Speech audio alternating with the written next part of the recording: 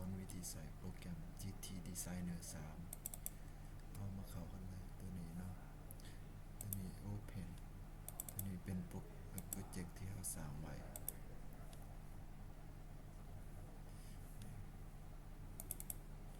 อันนี้คือตัวอย่างของเราที่สร้างไว้เนาะเวลาก่อนเวลาตัวนี้เมนูตัวนี้ Conveyor และ Electrical Controller Power System เราสร้างเป็นบล็อกแล้วเอาเขามากดเขาเลยมันสิลิงก์ไปหาตัวนี้เราต้องเขียนโปรแกรมก่อนมันจึงทำงานได้ตัวที่2ยังไม่ทันได้เขียนนะออกแบบตัวนี้ออกแบบแล้ว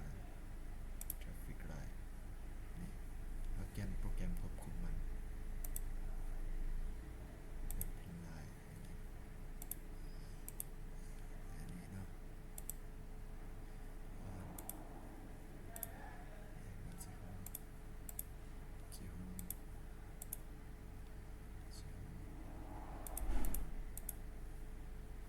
เอามาเบิ่งกันเลยตัวนี้กดใส่คอนเวนเยอร์เราสั่งเป็นบล็อกอยู่นี่เป็นgo to screen อันนี้ตัวอย่างเลยตัวอย่าง Harvard ตัวนี้เขาสั่งอยู่นี่ก็ได้หรือว่าอยู่นี่ก็ได้เป็น new ตัวอย่างnew 11 screen 11นะ11โอเค screen 11นี่มันจะมี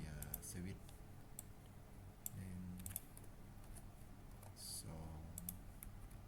3ตัวอย่างเราอยากลิงก์ไป screen 11เข้าเป็นตัวนี้เราสั่งตัวนี้ go to screen switch เราสั่งอยู่นี้แปะใส่แล้วก็เลือกอยู่นี้เราอยากลิงก์ไปที่ใดเขาก็กำหนดอยู่นี่11เขียนเลยเลข11มันสิลิงก์ไปสกรีนที่11หน้าที่11เลยทีนี้ลบซะถ้าตั้งชื่อก็ได้นี่อยู่นี่อันนี้เขาเลือกเป็นอันนั้นก็ได้แบบมันค่อยเลือกตัวนี้ถ้าตั้งชื่อมันก็ได้นี่สีแดงซะสกรีน